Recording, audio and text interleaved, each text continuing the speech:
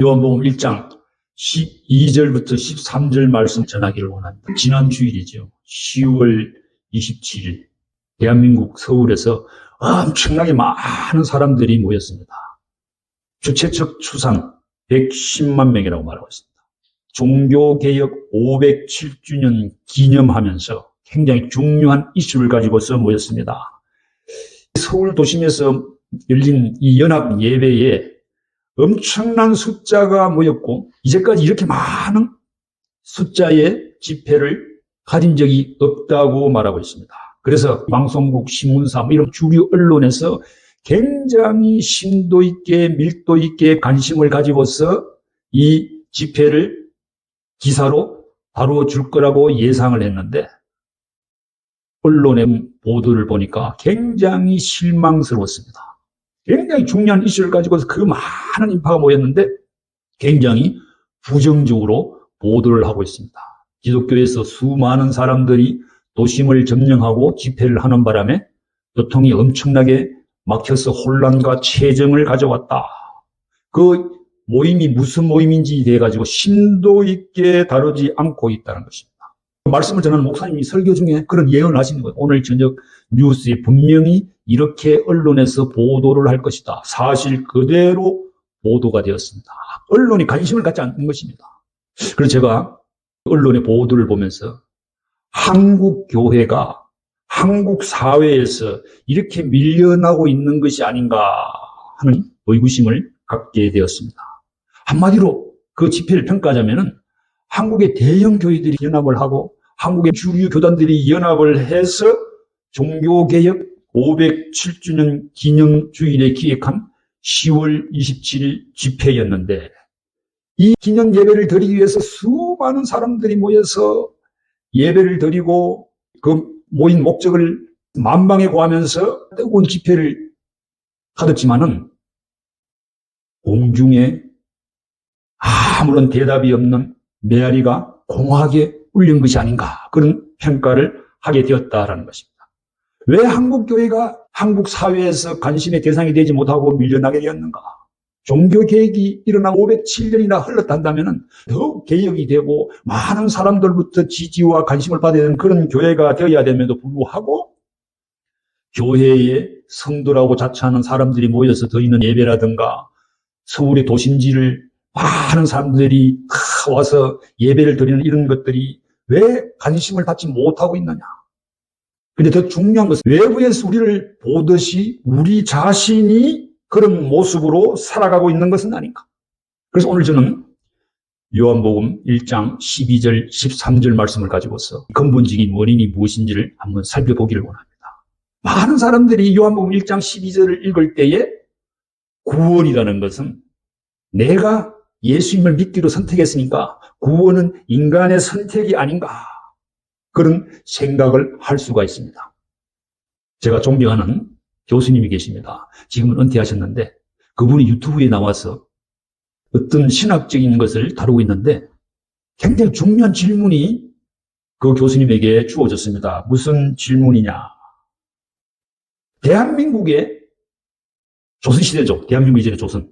조선이란 이 나라가 굉장히 풍전등화의 위기에 처했을 때에 이 나라 민족들을 위기에서 구원한 이순신 장군 그리고 한글이라는 위대한 언어를 만들어준 세종대왕 백성에게 엄청난 선정을 베푼 세종대왕 이순신 장군과 세종대왕 이런 분들이 예수님을 모르고 살았지만은 이분들도 구원을 받았을까요? 이런 질문이었습니다. 저도 목사로서 여러 가지 활동을 하면서 이와 비슷한 질문들을 자주 받은 적이 있기 때문에 제가 존경하는 이 교수님께서 어떤 대답을 던질까 굉장히 흥미롭게 지켜봤습니다. 그런데 그 교수님께서 이 질문에 대한 답을 하지 아니하시고 역으로 질문을 던지고 있다라는 것입니다. 예수 그리스도를 주로 고백하고 주를 따르겠다고 고백하면서도 실생활에 있어서는 불의를 행하고 자신의 유익만을 구하고 주의 이름에 먹칠을 한 사람들이 구원을 받을 수 있을까요? 이런 질문을 던졌다라는 것입니다.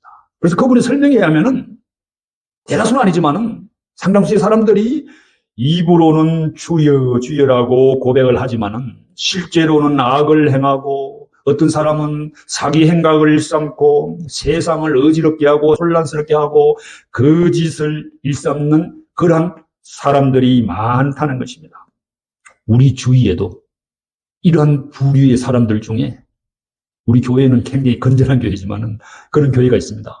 내노라는 장로님, 그리고 대형교회 담임 목사님이나 유명 목사님, 이런 분들도 이런 경우에 들어가는 것을 우리가 볼 수 있습니다. 뉴스를 통해서 그런 일들을 우리가 접하고 있다는 것입니다. 예수 그리스도를 나의 주로 시인하고 교회에 출석을 해서 예배를 정기적으로 드리는 사람이 그중에서도 지도자급에 해당하는 목사님이 하나님 나라의 백성이라고 말하면서 주님의 통치를 받지 아니하고 누구의 통치를 받느냐? 세상의 영인 사탄의 통치를 받고 살아가고 있는 사람들이 있다는 것입니다. 이제까지 이런 분에 대해 제가 생각해 보지를 못했습니다. 어떻게 이런 질문에 이런 역질문을 하면서 대답을 할 수가 있을까? 그러면서 지난주에 10월 27일 서울에 있었던 한국교회의 연합 예배에 대해서 왜 언론에서 차가운 시선을 보냈는가를 살펴보면서 오늘의 말씀을 준비하게 되었습니다. 우리가 예수님을 시인하고 주의 뜻에 따라 살겠다고 입술로는 고백하지만은 우리의 행동에 있어서는 세상 사람들이 볼 때 놀랄 만한 악을 행하는 크리스찬들이 있다는 것을 그것도 뉴스를 통해서 종종 접하는 경우가 있습니다. 그런데 그런 유명한 사람들이 매스컴의 집중적인 보도를 통해서도 자신의 잘못을 인정하지 아니하고 회개하지도 아니하고 거짓을 말하면서 그러한 상황을 회피하는 경우를 우리가 또 보기도 한다라는 것입니다. 이런 크리스찬들을 통해서 세상 사람들이 교회를 보고 우리를 보는 그런 것들이 우리의 현재의 모습이 아닌가. 그래서 지난주에 있었던 대규모 집회에 대한 세상의 싸늘한 시선을 마주하는 것이 아닌가, 그런 생각을 한번 해보았습니다. 그걸 제가 생각하면서 오늘 말씀을 머리에 떠올리게 되었습니다. 한번 읽어보실까요? 요한복음 1장 12절. 영접하는 자, 곧 그 이름을 믿는 자들에게는 하나님의 자녀가 되는 권세를 주셨으니. 영접하는 자, 곧 그 이름을 믿는 자들에게는. 근데 영어에 보니까 번역이 이렇게 되어 있더라고요. even to them이에요. even to them. 예수님을 영접하는 그 사람들인데 even이라는 말까지 들어갔다는 것입니다. 그러니까 뭔가 심각하게 우리에게 뭐 주는 것이 있는데, 우리가 전도를 나가면은요, 예전에는 전도지를 만들어가지고 나갔습니다. 전도지. 그래서 각 사람마다 나눠졌는데 그 전도지의 주된 내용이 무엇이었느냐? 사형리입니다. 사형. 사형리는 뭐냐? Four spiritual laws. 4가지 영적 법칙입니다. 첫 번째가 무엇이냐? 하나님은 당신을 사랑하십니다. 당신에 대한 놀라운 계획을 가지고 있습니다. 이게 첫 번째 원리. 두 번째 원리는 무엇이냐? 사람이 죄를 지어서 인간이 죄에 빠져서 하나님과 분리가 되었습니다. 두 번째 영적인 법칙이요. 로마 3장 23절. 모든 사람들이 죄를 범하였음에 하나님의 영광에 이르지 못하듯. 두 번째 법칙이었습니다. 세 번째 법칙이 무엇이냐? 예수 그리스도만이 우리의 죄를 위한 하나님께로 나아가는 유일한 길입니다. 요한복음 14장 6절 말씀이죠. 내가 곧 길이요 진리요 생명이니 나로 말미암지 않고는 아버지께로 올 자가 없느니라. 이렇게 하면서요, 네 번째 법칙에 들어갈 때에 질문을 던집니다. 첫 번째, 두 번째, 세 번째. 예수님만이 유일한 길인데, 그러면은 어떻게 하면은 하나님께로 나아갈 수 있고 우리가 구원을 선물로 받을 수 있을까요? 거기에 대한 답이 네 번째 법칙입니다. 그것은 뭐냐? 예수님을 우리가 우리의 구주로 영접해야지 된다라는 것입니다. 우리가 예수님을 영접하게 되면은, 그렇게 하면은 구원을 선물로 받을 뿐만 아니라 우리 각 사람을 향한 하나님의 놀라운 사랑을 받게 된다. 그러면서 네 번째 영적 법칙에 주어지는 말씀이 오늘 우리가 읽었던 요한복음 1장 12절입니다. 영접하는 자, 곧 그 이름을 믿는 자들에게는 하나님의 자녀가 된 권세를 주셨어요. 그러니까 이 사형이 전도지를 보면은, 야, 내가 죄인이지만은 하나님께 나갈 수 없지만은 내가 예수님을 나의 구주로 영접만 하게 되면은 내가 하나님의 자녀가 되는구나. 그래서 예수님 영접한다 한다면은 그 전도하는 사람이 내가 하는 기도를 따라하십시오 해서 결심 기도를 합니다. 저는 죄인입니다. 이제까지 어디서 와서 왜 살며 어디로 가는지 알지 못했습니다. 오늘 하나님의 부르심을 받고 이렇게 일었습니다. 예수님께서 나의 모든 죄를, 죄값을 지불하시고 그분을 통해서 제가 용서함을 받게 되었음을 알았습니다. 예수님만이 저를 구원할 수 있음을 신뢰합니다. 하나님의 놀라운 은혜와 하나님의 놀라운 용서의 결과로 내가 영생을 선물로 얻게 되었음을 감사합니다. 예수님이 믿어드립니다. 아멘 했다라는 것입니다. 이제까지 전도 그렇게 했습니다. 전도의 방식이 이렇게 갔다라는 것입니다. 그리고 이런 결심 기도를 했다는 것입니다. 우리가 예수를 믿기 시작할 때는 이게 굉장히 적절하고 적합한 방법인데 제가 오늘 말씀드리고자 하는 것은 무엇이냐. 여기에서 머물면 안 된다는 것입니다. 여기에서 머물면 부족한 것이 있습니다. 그리고 여기에 머물게 되면 오늘 우리에게 주시는 말씀에 대한 오해가 있을 수가 있다는 것입니다. 내가 선택해서, 내가 작정해서, 내가 결정해서 예수님을 믿기로 했다는 오해를 내가 한다라는 것입니다. 내가 예수님을 믿기로 작정했으니까 그에 대한 결과로, 그에 대한 반대급부로 하나님께서 나에게 구원을 주셔야 된다. 그러니까 누가 방아쇠를 당겼느냐? 내가 방아쇠를 당겼다라는 것입니다. 내가 믿기로 결단했으니까 당연히 이 말씀에 의해서 나에게 하나님께서 구원을 선물로 줘야지 된다. 출발할 때는 굉장히 적급한 것 같지만은 신앙생활을 하면서도 계속 이런 오해 속에서 벗어나지 못하는 성도님들이 있다는 것인데, 왜?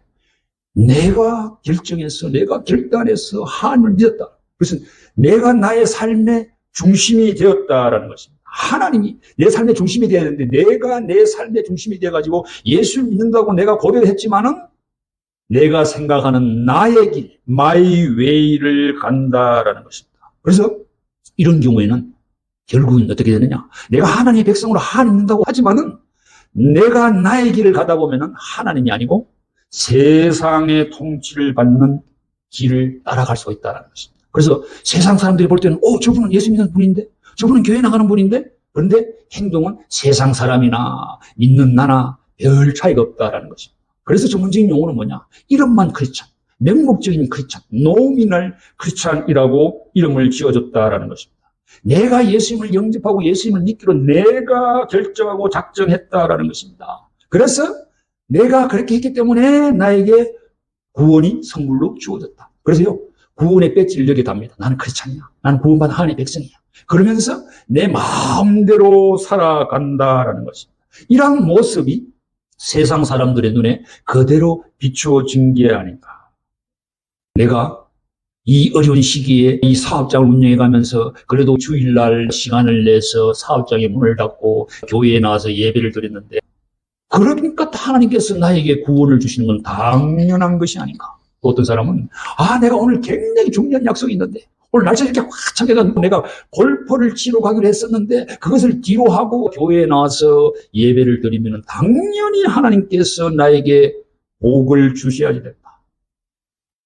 동성애자도 마찬가지로 생각할 수가 있다는 것입니다. 내가 교인들의 따가운 시선을 받으면서도 교회에 와서 카밍아웃을 하고 그러면서 내가 예수님을 구주로 영접한다고 선포를 하고 교회에 나오니까 당연히 하나님께서 나에게 구원을 선물로 주셔야 되는 것이 아닌가, 이런 생각을 할 수가 있다는 것입니다. 지난 주일 10월 27일 서울에서 대규모 집회가 열렸는데 그 집회의 목적이 무엇이었습니까? 우리가 알다시피 동성애 반대, 차별금지법, 입법 반대, 이런 캐치프레이즈를 가지고서 모였는데, 동성애자들 반대하기 위해서 그 집회에 그렇게 많은 사람이 모였는데, 동성애자들도 뭐냐, 나도 예수님을 나의 구주로 영접하고 하나님의 자녀된 하나님의 백성이라고 주장한다면은 동성애를 반대하는 크리스찬들이 여기에 대해서 어떻게 대응해야 되는가, 여러 가지 질문들이 제 마음속에 많이 들어왔습니다. 그러면서 우리의 믿음이 어떻게 되어 있는 것이니 한번 점검하기 위해서 오늘 말씀을 접하게 되었습니다. 우리가 예수님을 나의 구주로 영접할 때에 무엇을 생각해야 되는가? 전도지를 나눌 때 사영리, 네 가지 영적인 법칙의 내용 중에서 중요하게 빠져 있는 것이 무엇인가? 그걸 한번 생각해 보았다는 것입니다. 모든 것이 하나님의 은혜라는 것이 빠져 있다는 것을 알았다는 것입니다. 무엇인가 하면은 내가 영접해서 하나님의 자녀가 되고 하나님의 백성이 되었는데 이 모든 것이 하나님의 은혜라는 것을 강조하지 아니하고 내가 하나님을 영접했다. 내가 선택했다. 이것을 가지고서 나오다 보니까 내가 현재 이런 믿음의 삶의 가운데 있는 것이 아닌가. 그래서 오늘 말씀을 통해서 굉장히 중요한 것이 우리의 삶 가운데 빠져 있다는 것을 발견하게 되었다는 것입니다. 중요한 것은 무엇이냐? 우리의 결단보다도 우리에게 은혜의 선물로 구원을 주시기 위해서 하나님께서 모든 것을 예비하시고 하나님께서 우리에게 은혜를 베푸시기로 하셨다라는 것입니다.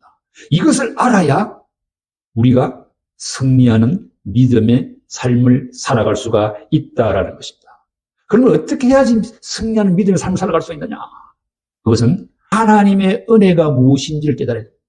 내가 결단에 나온 것이 아니라는 깨달아야 된다는 것입니다. 다시 말하면 내가 하나님의 자녀가 된 것은 나의 뜻으로 나지 아니했다는 것입니다. 사람의 뜻으로 나지 아니했다라는 것입니다. 영접하는 자에게 임하는 하나님의 은혜는 사람의 뜻에 의한 것이 아니라는 것입니다. 사람의 결단에 의한 것이 아니라는 것입니다. 그래서 요한복음 1장 13절 말씀을 읽어보시겠습니다. 이는 혈통으로나 육정으로나 사람의 뜻으로 나지 아니하고 오직 하나님께로 난 자들이니라. 하나님의 자녀가 되는 방식이 굉장히 중요한 것은 나의 뜻이 아니고 하나님의 뜻에 의해서 주신 은혜에 있다는 것을 우리가 깨달아야 된다는 것입니다. 우리가 예수님을 믿을 때에 하나님께서 우리 은혜를 주시는데 내 마음을 확 뒤집어 놓는 것은 무엇이냐? 우리에게 말씀으로 다가오는 하나님의 복음의 능력이다라는 것입니다. 내가 예수님을 영접하게 했을 때 하나님께서 나에게 엄청난 은혜를 주신다라는 것입니다. 어떤 목사님이 간증을 하는데 그분의 간증을 보니까 굉장히 놀라운 일이 있습니다. 자기가 이전에 절에서 수도했던 스님이죠. 스님이었다는 것입니다. 그런데 그 스님에게 하나님의 은혜가 임해서 이제까지 모든 삶의 터전을 다 버리고 예수님을 믿기로 결단하고 나왔다는 것입니다. 그리고 또 더 놀라운 사실은 뭐냐? 이런 성녀가 하나님의 종이 되어서 목사로서 사역을 하고 있다라는 것입니다. 누가 이런 일을 할 수가 있겠습니까? 오직 하나님 한 분밖에 없다라는 것입니다. 이러한 능력이, 복음의 능력이 임하는 것은 사람의 선택에 의한 것이 아니라는 것입니다. 그래서 사람의 뜻으로 나지 아니했다고 오늘 말씀에서 분명히 우리에게 말하고 있습니다. 우리가 하나님의 자녀가 된 것은 우리의 의지와 결단에 의한 것이 아니다라는 것입니다. 사람의 뜻으로 말미암은 것이 아니라는 것을 말하고 있습니다. 왜? 인간은 완전히 타락했습니다. 전적인 타락입니다. 완전히 타락이기 때문에 우리 인간 스스로 하나님께로 나아올 수 있는 능력이 없기 때문에 그렇다라는 것입니다. 그래서요, 만약에 우리가 우리의 뜻에 의해서 하나님의 자녀가 되었다면 어떤 현상이 일어날 수 있을까? 우리 교인들이라든가 또 다른 교단에 있는 성도님들도 성령 충만을 굉장히 사모하고 성령 충만 받기를 굉장히 원하시는데 만약에 그런 성도님들이 성령 충만을 받았다고 할 때 내가 내 뜻으로 결단해서 하나님을 영접을 하고 하나님의 백성이 되었고 내가 성령 충만 받기를 간구해서 내가 얼마나 정성을 들여서 기도를 했으면 그래서 성령이 임했다면 성령님께 내가 요구할 수 있습니다. 무슨 요구를 하느냐? 성령님, 내가 얼마나 하나님께 간구를 하고 내가 얼마나 하나님의 말씀대로 살아가는 노력을 하고 내가 기도해가지고 성령님이 나에게 있는 줄 아십니까? 그리고 성령님께서는요, 제가 원하는 대로 나를 따라와 있다면 이렇게 말할 수 있습니다. 왜? 내 결단과 내 뜻을 했기 때문에. 그래서 성령님께 무리한 요구를 할 수도 있습니다. 쉽게 이야기하면은 여기 텍사스에 있는 로또, 파워볼, 메가밀리언 번호 나에게 가르쳐 주십시오. 다른 사람 가르쳐 주지 마시고 이렇게 할 수 있다라는 것입니다. 왜? 내가 이렇게 해서 성령님이 나에게 오셨으니까. 그런데 이러한 요구를 감히 하나님 앞에서 할 수 있는 사람은 아무도 없다는 것입니다. 사도 바울 같은 위대한 하나님의 종도 뭐라고 고백을 하느냐? 내가 죄인 중에 괴수입니다. 나는 하나님의 이 은혜를 받을 만한 자격이 없습니다. 여기서 순복기 장로님 중에 그런 분이 한 분 계세요. 그 장로님의 부인이 여기 권사님이신데 이 권사님이 자기 남편에 대해서 기도를 하는데 왜 남편을 기도를 했느냐? 남편이 불신자예요. 안 믿어요. 그래서 이 권사님이 새벽마다 나와서 예배를 드리면서 아버지 하나님 우리 남편 회개하고 교회 나오게 해주시죠. 그런데 그렇게 기도를 하면 할수록 그 남편은 점점 완악해져가지고 새벽 예배 끝나고 집에 가면은 막 잿더리 날라오고 막 그냥 문이 닫히고 막 폭행당하고 막 이런 겁니다. 그래서 이 권사님이 아침에 나올 때 자기 남편의 구두를 가슴에 품고 교회에 와서 아버지 하나님, 이 구두의 주인을 불쌍히 여겨주시옵시고 은혜를 다하여 주셔서 이분이 교회 나오게 하여 주시옵소서. 계속 눈물로 기도했는데 정말 그 기도가 응답됐습니다.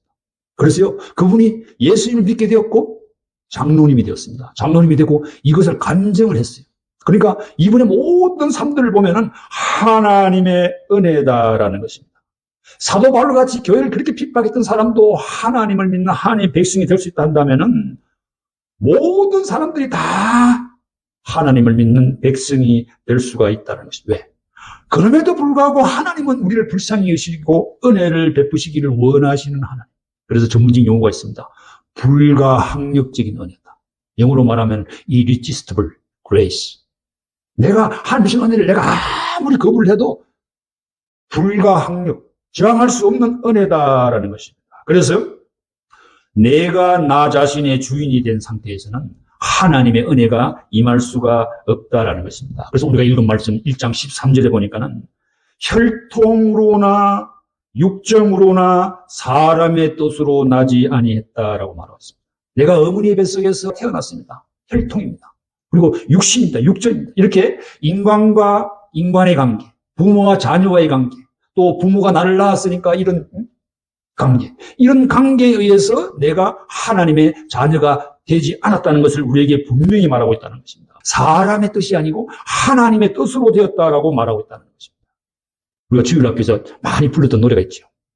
돈으로도 못 가요 하나님 나라. 무엇으로 갑니까? 믿음으로 가는 나라, 하나님 나라죠. 사람의 뜻이 아니고 하나님의 은혜를 인정하고 하나님의 은혜로 간다라는 것입니다. 그래서 오늘 읽은 말씀에 사도 요한이 그것을 우리에게 말씀하고 있다라는 것입니다. 1장 13절 굉장히 중요한 것은 무엇이냐? 오직 하나님께로부터 온다라는 것입니다. 구원은 누구로부터요? 오직 하나님께로부터 온다라고 말하고 있습니다. 사도 바울이 이것을 다시 풀어서 우리에게 전해주는 말씀이 있습니다. 에베소서 2장 8절 읽어보실까요? 너희는 그 은혜에 의하여 믿음으로 말미암아 구원을 받았으니 이것은 너희에게서 난 것이 아니요 하나님의 선물이라. 우리에게서 난 것이 아니고 하나님의 선물입니다. 은혜에 의해서 우리에게 임했다라고 말했습니다. 왜 오늘날 교회가 힘을 잃고 세상 사람들의 눈에 위선자로 낙인이 찍고 110만 명이라는 그 엄청난 숫자가 모였음에도 불구하고 세상 사람들의 싸늘한 관심, 초라한 관심을 받고 부정적인 평가를 받아야 하느냐? 우리에게 부어주시는 하나님의 은혜를 우리가 잘못 받아들이고 있는 것은 아닌가? 내가 입술로만 주여 주여 하면서도 나의 마음과 생각과 나의 행동은 주님을 따라가는 것이 아니고 세상을 따라가고 있는 것이 아닌가 한번 살펴보기를 우리에게 말씀하고 있다라는 사실입니다. 사도 바울이 여기에 대해서 우리에게 중요한 말씀이 있습니다. 요한복음 1장 12절에 결론에 해당하는 말씀을 우리에게 주는 말씀이 있다라는 것입니다. 그 말씀을 따라가면 승리의 삶을 살 수가 있는데 하나님의 자녀되는 승리의 비결을 우리에게 말씀하고 있습니다. 하나님은요, 우리를 하나님의 자녀라고 받아들이실 의무가 없으신 분이에요. 왜? 하나님은 거룩하신 분이에요. 우리는 죄인이기 때문에 말입니다. 우리는 계속해서 죄악된 삶을 살아가고 죄의 길을 들어오기 때문에 그렇습니다. 그렇지만 그럼에도 불구하고 하나님께서 우리를 사랑하셔서 아버지 하나님을 아버지라고 부를 수 있도록 허락하시고 은혜를 우리에게 주신다라는 것입니다.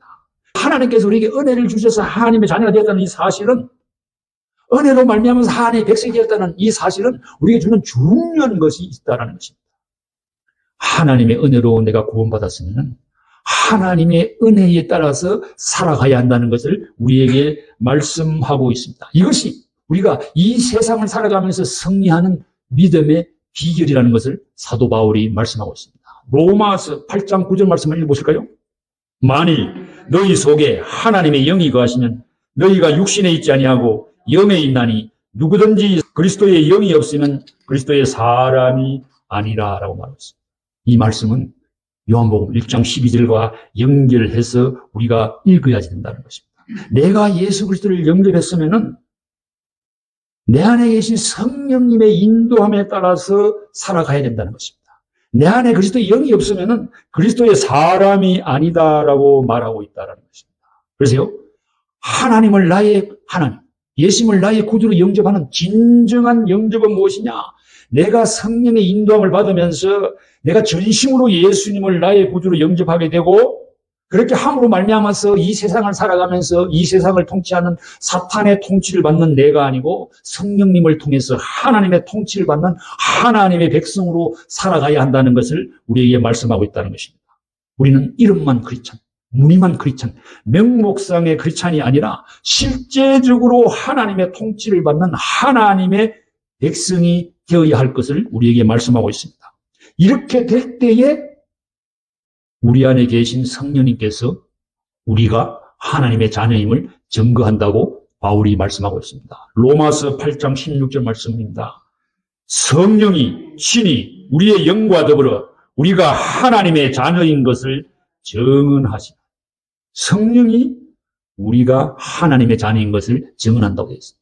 내가 영접했다고 해서 하나님의 자녀인 것, 맞는 말씀이긴 하지만은 우리가 항상 성령님과 동행하는 삶을 살아감으로 말미암아서 내 안에 계신 성령님께서 내가 하나님의 자녀임을 증언해야 된다는 것을 우리에게 말씀하고 있습니다. 제가 이전에 한번 말씀을 드린 기억이 있는데, 제가 잘 아는 장로님이에요. 신앙생활 열심히 한 장로님인데 고백을 합니다. 무슨 고백을 하느냐? 내가 이제까지 교회를 섬기고 봉사하고 헌신하고 믿음 생활하며 장로가 되었는데 사실은 나는 구원의 확신이 없습니다. 왜 그런 말씀을 하느냐? 교회에 와서는 내가 기도를 할 때 뜨겁게 기도를 했는데 교회 문 밖을 나가기만 하면은 세상 사람들과 전혀 다르지 않은 그런 모습을 내가 보인다는 것입니다. 그게 자꾸만 반복되고 계속 하니까 내 마음속에 구원의 확신이 떨어진다는 것입니다. 이런 사람들에게 사도 바울이 뭐라고 말하느냐? 우리가 하나님의 자녀인 것을 누가 증언하시느냐? 성령님이 증언하신다라는 것입니다.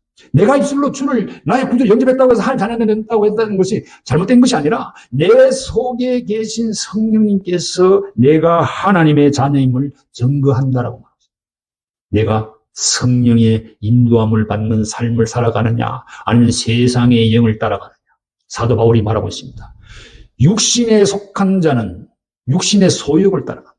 영에 속한 자는 영의 소욕을 따라간다라고 말하고 있습니다. 우리가 어느 쪽을 따라가는지를 우리가 살펴봐야 된다는 것을 우리에게 말씀하고 있습니다. 그래서 말씀을 요약하면은 부활하신 예수님께서 십자가에 달려 돌아가시기 전에 내가 다 이뤘다고 말씀하시지만은 요한복음 20장 22절에서 예수님께서 뭐라고 말씀하시느냐? 이 말씀을 하시고 그들을 향하사 숨을 내쉬며 이르시되 성령을 받아라. 우리의 모든 것에 되신 하나님의 자녀가 되기 위해서는 십자가의 공로를 의지하고 나와야 되고 주님께서 우리에게 부으시는 성령의 인도함을 따라가야 된다는 것을 우리에게 말씀하고 있습니다. 지난주 10월 27일 날 동성애 반대에서 모였다고 그러는데 동성애 자들도 예수님을 영접하고 하나님의 백성이 될 수가 있습니다. 중요한 것은 무엇이냐?